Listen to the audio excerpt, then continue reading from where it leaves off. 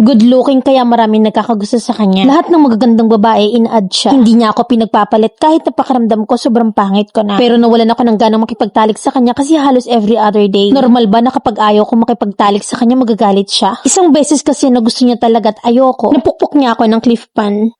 18 years old ako ngayon at 5 years na kami ng ka-live-in ko. Na nagsimula lang kami noon sa puppy love. Maaga namin pinasok ang pagpapamilya at 2 years old na yung panganay namin. At 4 months old naman yung bunso ko na parehas silang babae. Green flag kung sa green flag ang ka-live-in ko at nag-aaral pa siya sa umaga kahit na may baby na kami. At ako naman sabi ko sa kanya itutuloy ko na lang yung sa akin kapag nakatapos na siya. May kaya ang pamilya namin both side. Kaya't wala kaming pinoproblema sa bahay, renta at nagbibigay kami ng kahit na magkano sa mama ko. Dahil sa kanila nakakonekta yung kuryente namin. Back to the problem ay nag-aaral pa yung ka-live-in ko ng psychology. 4th year college na siya at graduating na this year. At sa gabi naman ay nag-work siya sa resto 5 p.m. to 11 p.m. At sa umaga napasok naman siya sa school ng 7 a.m. to 10 a.m. Masipag siya, good looking kaya maraming nagkakagusto sa kanya na kahit na nga may anak na siya. At kung sa sarili niya hindi siya pabaya lalo na sa amin na mag-iina niya. Mahal na mahal ko siya dahil sa lahat ng magandang babae nag-add sa kanya sa Facebook at mga babaeng friends niya. Hindi niya ako pinagpapalit kahit napakiramdam ko ay sobrang pangit ko na. Umaba na rin kasi ako dahil nga nanganak na ako at full-time mom. Siya ang naglalaban ng mga damit niya, siya ang nagluluto, naglilinis palagi ng kwarto at bahay. At laging nag-aalaga ng anak naming panganay. Dahil nga makatatayo at inaalagaan niya pag andito siya sa bahay. At dito na papasok yung problema ko. Normal ba na kapag ayaw ko magagalit siya? Di siya makaintindi na puyat ako dahil iyakin ng bunso namin. Tapos breastfeeding pa ako. Mapili sa gatas ang baby ko at ang nipple ko pa yung gusto niya. Madalas kasi na ayaw niya ng formula na halos hindi na ako nakakaligo dahil nga iyakin din siya. Nasasaktan ako ng ka-live-in ko dahil sa ayaw kong makipagtalik sa kanya. Ayaw ko pa talagang sundan ang panganay namin. Pero may time na pinipilit niya talaga ako at yun nga nabuntis ako sa bunso namin. Mahal ko siya oo pero mula nung nanganak ako nawalan ako ng gana makipagtalik sa kanya. Na halos every other day kasi ay gusto niya. May isang beses pa na gusto niya talaga at ayoko at napukpok niya ako ng cliff pan. Tumama to sa anit ko at sobrang dumugo at nagpanik siya ng sobra. At sa sobrang pagmamahal niya sa akin ay halos hindi na ako lumalabas. Isang beses ay meron ako natitigan sa may day na lalaki na hindi ko napansin na lalaki pala. Nakakala ko tomboy kasi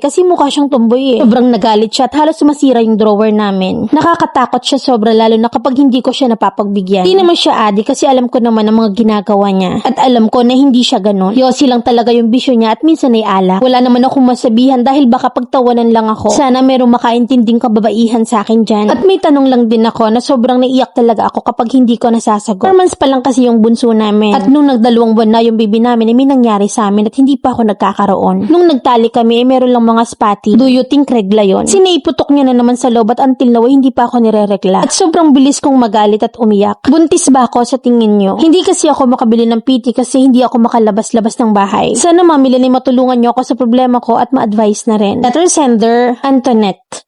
Hindi green flag ang lalaking mabait lang kapag nasusunod ang gusto niya sa kama. Kahit gaano pa siya kasipag kagwapo, nag-aaral or nag-work. Sa isang iglap nabubura lahat yon kapag nananakit na. Hindi normal na magalit ang lalaki dahil tinanggihan siya. Kasi hindi rin normal na pilitin ka. Di yan pagmamahal, abuso yan. Asawa ka at hindi pag-aari at sa batas mali ang lalaking nananakit at namimilit. Yes, karapatan ng lalaking mapagbigyan. Pero nawawala yung karapatan kapag sapilitan. Biruin mo kapapanganak mo palang puyat ka, breastfeeding mo. At dalawa na agad yung baby mo, natural na mawalan ka ng at mapagod. At tandaan mo na meron kang 2 anak na babae na nanonood kung paano ka trutuhin ng tatay nila. At kung anong nakikita nila sa bahay, yun ang iisipin nilang normal sa paglaki nila. Tungkol sa tanong mo kung buntis ka, posible pero hindi sigurado. Kapag breastfeeding ka kasi, minsan hindi talaga agad bumabalik yung regla. Pero pwede ka pa rin mabuntis kahit wala ka pang regla. Magpa-check up ka or mag-PT, yun lang ang solusyon. Advice lang yung kaya ko, Ning. At tanong ko lang din, kung ganyan pa rin siya after 5 years, okay lang sa'yo? Kasi ang relasyong may takot, may mura at bugbog, hindi yan love story. Survival